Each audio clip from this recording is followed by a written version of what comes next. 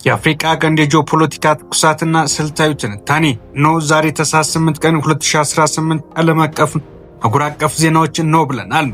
የአፍሪካ ቀንድ በአሁኑ ወቅት በታሪኩ አይቶት በማያውቀው የለውጥና የውጥረት ሽግግር ውስጥ ይገኛል። ይህ ትንታኔ በቀጠናው ያሉትን ሶስት ዋና ዋና ምሰሶዎች የሀገር ውስጥ ፖለቲካ፣ የቀጠናዊ ትስስር ውጥረትና የዓለም አቀፍ ኃይሎች ፍላጎት በጥልቀት ይቃኛል። የቀይ ባህር ፖለቲካና የባህር በር ጥያቄ በአፍሪካ ቀንድ ፖለቲካ ውስጥ አሁን ላይ ትልቅ አጀንዳ የባህር በርና የባህር ኃይል ጉዳይ ነው።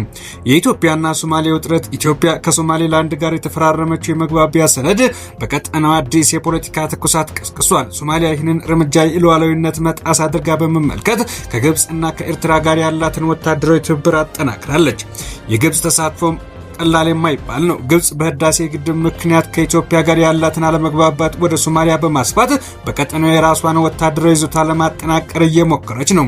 ይህ ደግሞ የአባይ ፖለቲካና የቀይ ባህር ደህንነትን እያቆላለፈው ይገኛል። በሁለተኛ ደረጃ የሱዳን ቀውስና ውጥረት እንመለከታለን። የሱዳን ቀውስና የቀጠናው ስጋት በሱዳን ያለውን ጦርነት ከአንድ ሀገር ግጭትነት አልፎ ቀጠናዊ ስጋት ሆኖ ውሎ አድሯል።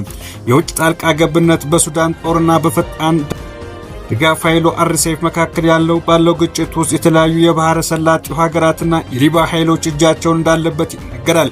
ይህ ጣልቃ ገብነት ጦርነቱ እንዳይቆም እንቅፋት እየሆነ ከመሆኑም በመምጣት የስደተኞች ጫና ሱዳን ወደ 7 በሚጠጉ ሀገራት የምትወሰን በመሆኗ ግጭቱ ወደ ደቡብ ሱዳን፣ ቻድና ኢትዮጵያ የስደተኞች ጎርፍና የጦር መሳሪያ ዝውውር እየባሰ መጥቷል። ኢትዮጵያ የውስጥ ፖለቲካ ተጽዕኖ ኢትዮጵያ የቀጠናው ኢኮኖሚያዊና የፖለቲካ ማዕከል በመሆኗ በውስጡ የሚታዩ ለውጦች በቀጥታና በቀጠናዊ ላይ ተጽዕኖ አላቸው። በማይክሮ ኢኮኖሚ ማሻሻያ መንግስት የመጀመሪያው የገንዘብ ፖሊሲ ለውጥ የውጭ ኢንቨስትመንት ለመሳብ ቢረዳውም የኑሮ ውድነቱ የሚያስተካክለው ማህበራዊ ጫና ለፖለቲካ መረጋጋቱ ፈታኝ ሆኖባታል።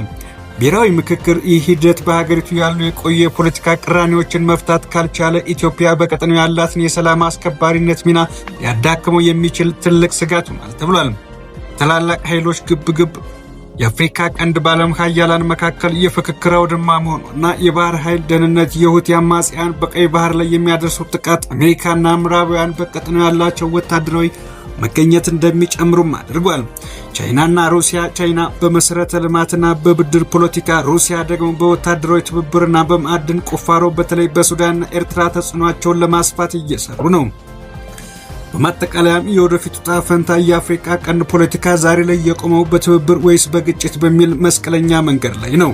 አዎንታዊ ድል ሀገሪቱ በኢኮኖሚ ትስስር፣ ሎጂስቲክ፣ ኢነርጂ ሼሪንግ ላይ ካተኮሩ ቀጠናው የዓለም ንግድ መተላለፊያ ማዕከል የመሆኑ አቅም እንዳለው የተነገረ ሲሆን አሉታዊ ስጋትም የሉዓላዊነት ጥያቄዎችና የውክልና ጦርነቶች ከቀጠሉ ቀጠናው ለረጅም ጊዜ የሚቆይ አለመረጋጋት ውስጥ ሊገባ ይችላል የተባለለት የአፍሪካ ህብረትና የኢጋድ ሚና ደካማ መሆን በቀጠናው ያሉ ችግሮችን በውጭ ኃይሎች እንዲወሰኑ በር ከፍቷል ነው የተባለው።